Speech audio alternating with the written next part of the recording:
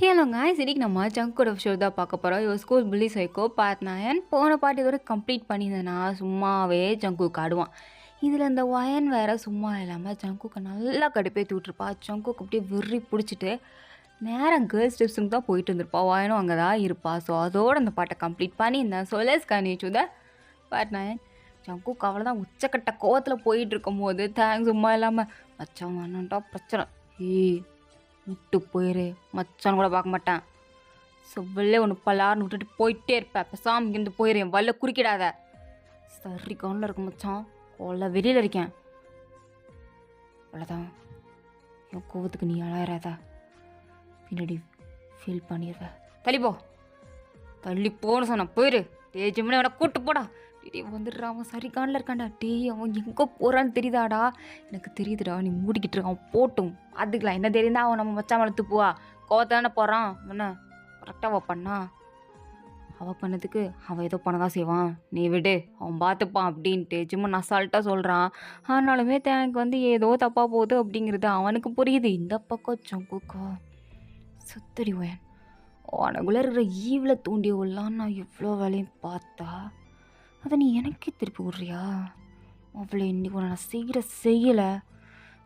நீ இதுக்கடுத்து என்னை நிமிர்ந்து பார்க்கணுன்னா கூட அதுக்கு 10 வாட்டி என்ன 200 வாட்டி யோசிக்கணும்.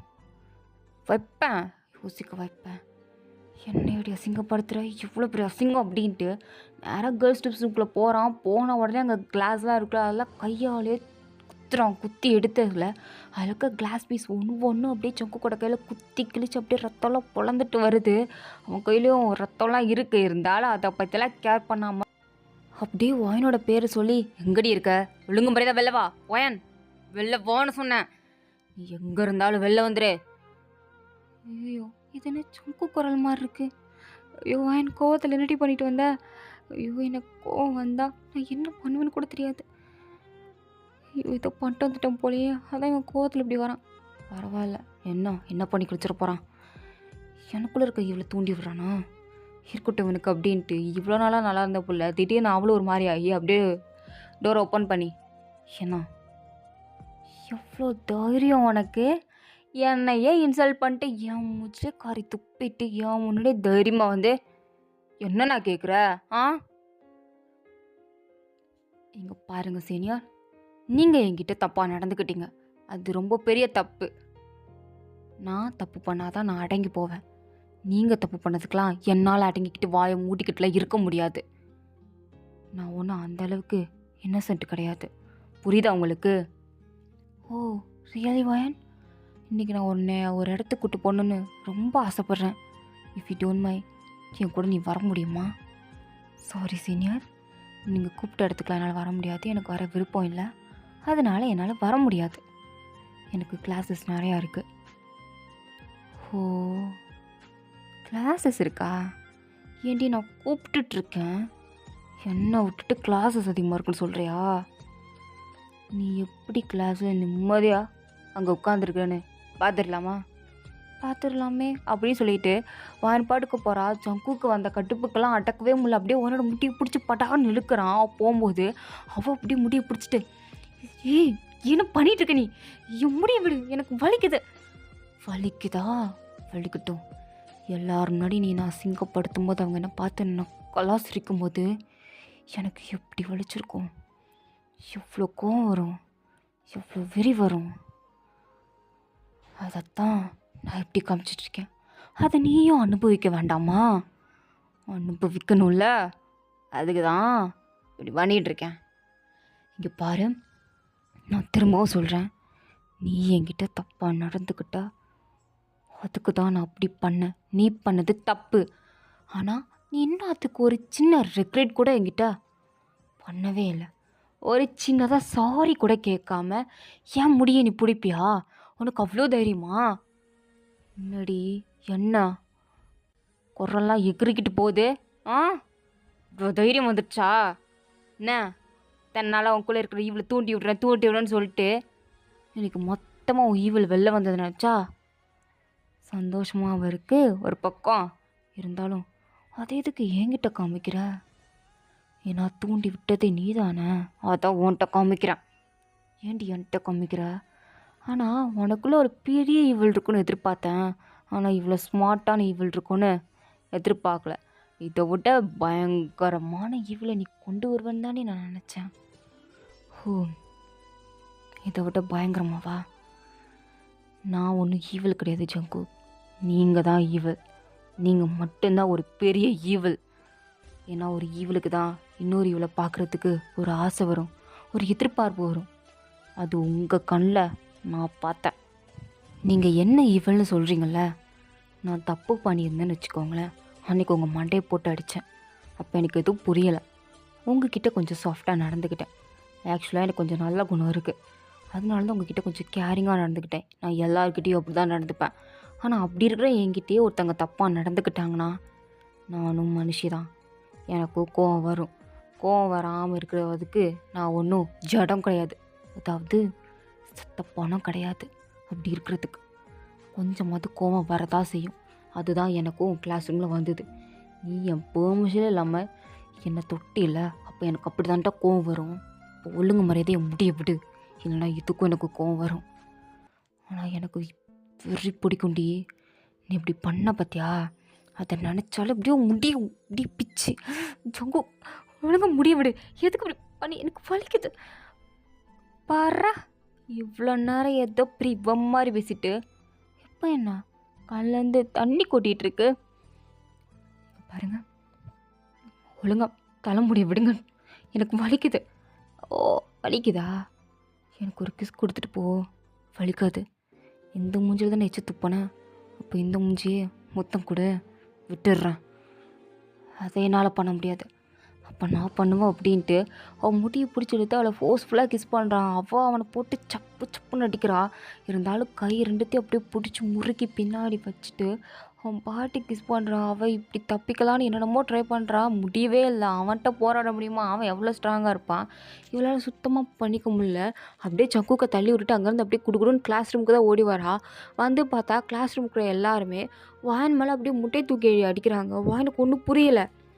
எதுக்கு எதுக்கு எல்லோரும் இப்படி பண்ணிகிட்ருக்கீங்க அப்படின்ற மாதிரி எல்லாரையும் பார்த்தா எல்லாருக்குமே ஆக்சுவலாக ஜிமினும் வியும் தான் அதெல்லாம் பண்ண சொல்லியிருப்பாங்க. அப்போ தான் ஜங்குக்கோட கோவத்தை கொஞ்சம் தணிக்க முடியுங்கிறதுக்காண்டி. ஸோ அதனால் எல்லோரும் பண்ணுறாங்க. சில பேரில் கொஞ்சம் பயப்படுறாங்க. ஏன்னா வாயின் வந்து அவ்வளோ பெரிய பணக்கார வீட்டுக்கு போகணும்ல, ஸோ அதை ஆயிரும் சொல்லிட்டு சில பேர் மட்டும் பண்ணாமல் இருக்க. இந்த ஜிமின் கூடயும் வி கூடயும் சேர்ந்த கேங் மட்டும் இதெல்லாம் சேர்ந்து பண்ணிகிட்ருக்கு. வாயினுக்கு இதெல்லாம் அப்படியே ரொம்ப கடுப்பாகுது. அவளோட ட்ரெஸ்ஸு அவள் தலைமுடி எல்லாமே நாசமாயிடுச்சு, ஃபுல்லாக எக்காயிடுச்சு. இது பத்தாதுக்குன்னு அந்த ஜிம்மன் சும்மா இல்லாமல் அழுக்கு தண்ணி எடுத்துகிட்டு வந்து வாயின் மூஞ்சிலே ஊற்றிட்டான். வாயினுக்கு அவ்வளோதான், அப்படியே கண்ணெல்லாம் கலங்கிடுச்சு. ஒரு மாதிரி அழுக வர ஸ்டேஜ் தான் நின்றுட்டுருக்கா.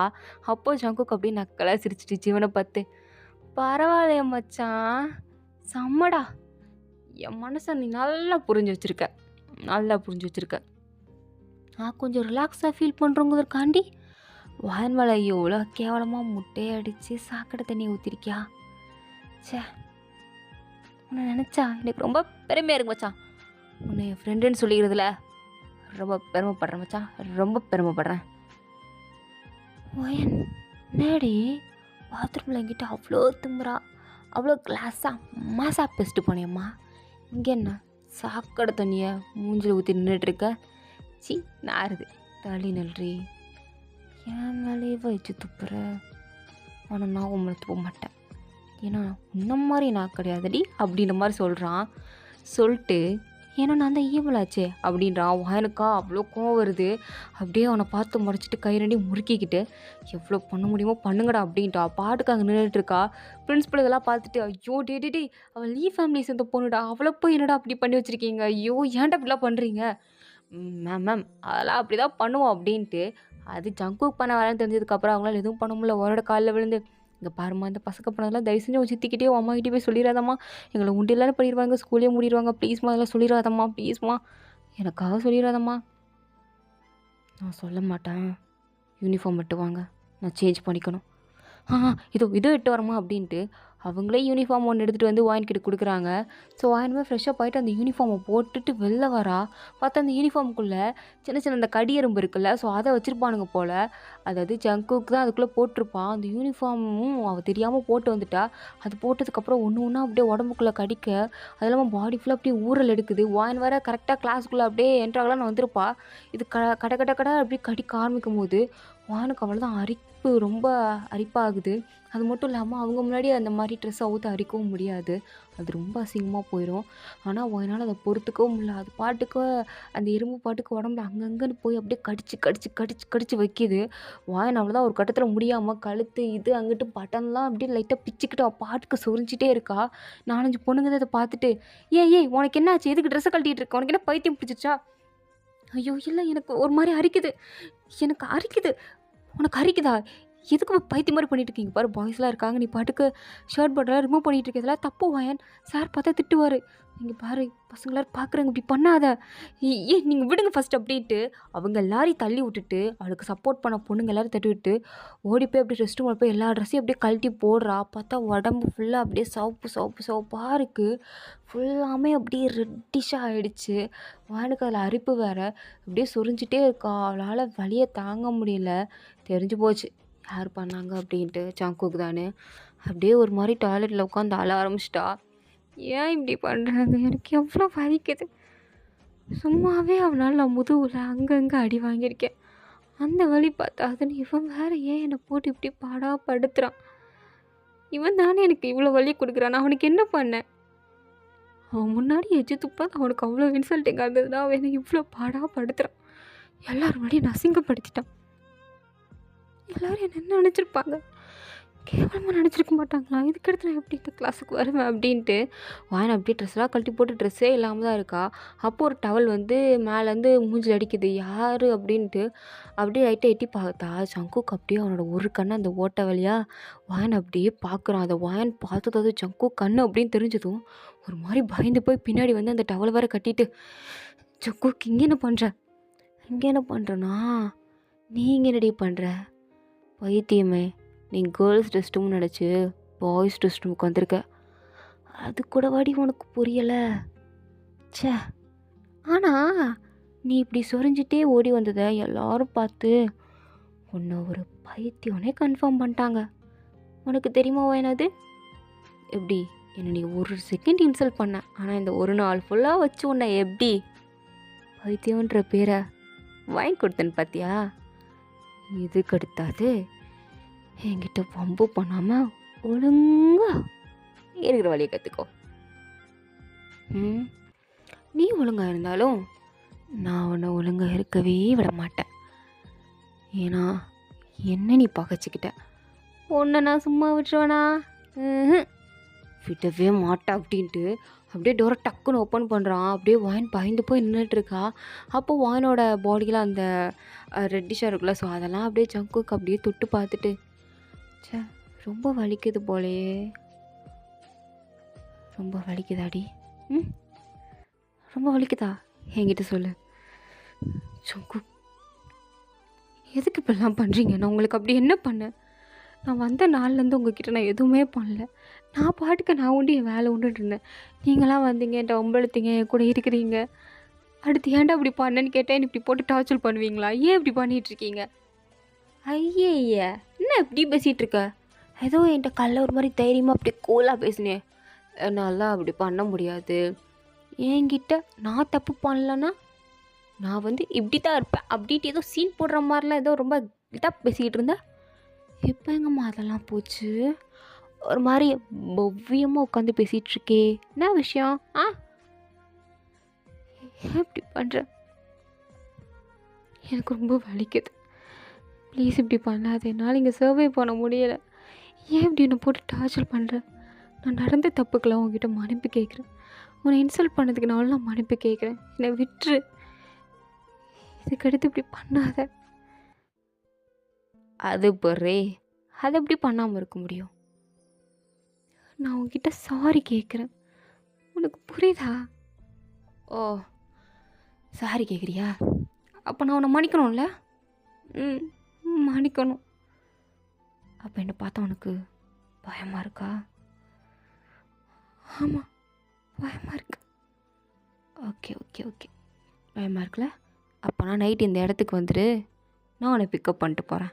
அதுலேருந்து நான் எப்படிப்பட்டவன், உனக்கு மன்னிப்பு கொடுக்கவா வேண்டாமா அப்படிங்கிறத அங்கே வச்சு முடிவு பண்ணிக்கலாம். இல்லை, நாங்கள் என்ன வரமாட்டேன்னு சொல்லுவியா? ஏன் உன் வீட்டு அட்ரஸ் எனக்கு நல்லா தெரியும். உன் வீட்டில் எங்கெங்கே சவரேறி குதிச்சா ஒரு ரூம் வரலான்னு எனக்கு தெரியும். உன் வீட்டோட ஃபுல் மேப்புமே எங்கள் வேலை தான் இருக்குது. நீயா வரியா? இல்லை உன் வீட்டு சவரேறி குதிச்சு உன் வீட்டு பாடியஸ்லாம் அடித்து மட்டையாக்கி தூக்கிட்டு போவா? எப்படிம்மா வசதி? நானே வரேன். நீ வரியா? சரி வா. என்ன இன்னும் கொஞ்சம் நேரத்தில் ஸ்கூல் முடிஞ்சிடும், வந்துரு அப்படின்ட்டு அப்படியே ஒரு மாதிரி வில்லத்தனமாக சிரிச்சிட்டே சொல்லிட்டு போகிறான். வயனுக்கா சாமி யாரையா நீ அப்படின்ற மாதிரி தான் இருக்குது. ஒரு மாதிரி அழுக வேறு வருது. ஒரு மாதிரி போஸ்ட்டுட்டே அழுதுட்டு இருக்கும்போது தான் மேலேருந்து அவளோட யூனிஃபார்ம் வந்து வருது. ஆல்ரெடி அவள் போட்டிருந்த யூனிஃபார்ம் மேலே நல்லா காய வச்சுருக்காங்க போல். அதை தூக்கி பார்க்குறாங்க. வாங்கினா அது உடனே போடல. இதை தடைய வச்சுருக்கானா அப்படின்ட்டு ஃபுல்லாக செக் பண்ணி பார்க்குறா. ஒன்றுமே இல்லை அப்படின்னு தெரிஞ்சதுக்கப்புறம் தான் அவளுக்கு மூச்சே வருது. ட்ரெஸ்ஸெல்லாம் போட்டுட்டு கிளாஸுக்கு போனால் அந்த 4 பொண்ணுங்களாம் வாயினப்பா திட்டிகிட்டு இருக்காங்க. இந்த பைத்தியத்துக்கு நம்ம ஹெல்ப் பண்ணலான்னு போனால் இந்த பைத்தியம் நம்மளே பிடிச்சி அடிக்குது. பெரிய பணக்காரி, அதனால் கொஞ்சம் டீசெண்டாக நடந்துப்பான்னு பார்த்தா இவன் என்னடி சுத்த பைத்தியமாக இருக்கா, சரியான பைத்தியக்காரியாக இருக்கா போல. சை, இவெல்லாம் வீட்டில் எப்படி தான் வளர்த்தானுங்களோ. பாவம் அவங்க அப்பா அப்பாவை நினச்சா தான் எனக்கு ரொம்ப கஷ்டமாக இருக்குது. எனக்கு தெரிஞ்சு இவள் பைத்தியமாக இருக்கிறனால தான் அவங்க அம்மா அவங்க அப்பா இறந்து போயிட்டாங்கன்னு நினைக்கிறேன். அவங்க அம்மாவை விட்டுட்டு ஃபாரின் போயிட்டாங்க அப்படின்ட்டு கண்டதையும் பேசிகிட்டு இருக்க. வாணிக்கு அதெல்லாம் கேட்க கேட்க அப்படியே மனசு வலிக்குது, கோவம் வருது. ஒன்றும் பண்ண முடியாது. அவள் பாட்டுக்கு அமைதியாக அழுதுட்டுருக்கா. சுற்றி இருக்கிற எல்லாரும் இவளை பைத்தியம்னே கன்ஃபார்ம் பண்ணிட்டாங்க. அதுவும் காதுபடவே சொல்கிறாங்க. இந்த மாதிரி பைத்தியத்தெல்லாம் ஸ்கூலில் எடுக்கிறானுங்க பாரு, ஸ்கூலில் சொல்லணும் அப்படின்ற மாதிரி பேசிகிட்டு இருக்கும்போது வானுக்கு ஒரு கடத்தில் ரொம்ப டென்ஷன் ஆகிடுச்சு. இப்போல்லாம் பேசினா யாருக்கு தான் டென்ஷன் ஆகாமல் இருக்கும். அவளுக்கா அடிக்கு மேலே அடி விழுந்துகிட்டே இருக்குது. ஒரு மாதிரி டென்ஷனில் அப்படியே டேபிளில் நங்கு நங்கு நங்குன்னு குத்திட்டு எல்லோரும் திரும்பி பார்க்குறாங்க. அப்போ எழுந்திரிச்சு, நான் ஒன்றும் பைத்தியம் இல்லை, தேவையில்லாமல் என்னை பற்றி பேசிகிட்டு இருந்தீங்கன்னா உங்கள் யாரையும் நான் உயிரோட விட மாட்டேன், என்ன பண்ணுவனே தெரியாது, வார்த்தையை அளந்து பேசுங்க அப்படின்ட்டு அங்கேருந்து கத்தி விட்டுட்டு நேராக லைப்ரரிக்கு வரேன். ஏன்னா லைப்ரரி தானே கொஞ்சம் அமைதியாக இருக்கும், யாரும் இருக்க மாட்டாங்க. ஸோ அதனால் லைப்ரரிக்கு வந்து அப்படியே டேபிளில் சாஞ்சு படுத்துட்டு கதறி கதறி அழுகிறா. அவள் அழுகிறத ஏன் அழுகிறா அப்படின்னு ஷேர் பண்ணுறதுக்கு, அவள் மனசு விட்டு பேசுகிறதுக்கு ஒரு ஃப்ரெண்டு கூட அவகிட்ட இல்லை, யாருமே இல்லை. அவள் பாட்டுக்கு அழுதுட்டு இருக்கா. அப்போ அந்த ஃபோனில் தான் இந்த டாக்கி டாம் இருக்குல்ல, ஸோ அதுக்கிட்ட தான் சொல்கிறா, இந்த மாதிரி எனக்கு ரொம்ப கஷ்டமாக இருக்குது அப்படின்னு சொல்லும்போது, அது அவள் சொல்கிறத எனக்கும் ரொம்ப கஷ்டமாக இருக்குது அப்படின்ற மாதிரி ரிப்பீட்டடாக சொல்லணும்ல, அந்த மாதிரி அந்த டாக்கி டாம் கிட்ட தான் சொல்லி கொஞ்சம் ஆறுதல் அடைஞ்சிட்ருக்கா. அதுக்கடுத்து இந்த அலேசா இருக்குல்ல, ஃபோனில் அலேசா இருக்குல்ல, ஸோ அதுக்கிட்ட போய் ரொம்ப மனசு கஷ்டமாக இருந்தால் என்ன பண்ணுவாங்க அப்படின்னு கேட்கும்போது, மனசு விட்டு அழுங்க அப்படின்ட்டு கூகுள் வேறு சொல்லுது. அதை கேட்டு இன்னும் ஓன ஒப்பாரி வச்சுக்கிட்டு இருக்கா. ஆனால் இது எல்லாத்தையும் ஜங்கு கேட்டுட்ருக்கான். பின்னாடி ரேக்கு தான் உட்காந்துட்டு இருப்பான் போல. ஏன்னா லைப்ரரியில் அவன் ரெகுலராக வந்து தூங்குவான். ஸோ அவன் தூங்கிட்டு இருக்கும்போது என்னடா சத்தம் கேட்குதே அப்படின்னா லைட்டாக ஓட்ட வழியாக எட்டி பார்த்துட்டு இருப்பான். அவன் இப்படிலாம் பண்ணுறத பார்த்ததும் அதை பார்த்து அவனுக்கு சிரிப்பு தான் வருது. ஸோ இதோட பார்ட் வந்து கம்ப்ளீட் ஆகுது. ஸோ தேங்க்ஸ் ஃபார் வாட்சிங். உங்களுக்கு பிடிச்சிருந்தா லைக் பண்ணுங்கள். ப்ளீஸ் மறந்துடாமல் எல்லோரும் சப்ஸ்கிரைப் பண்ணுங்கள்.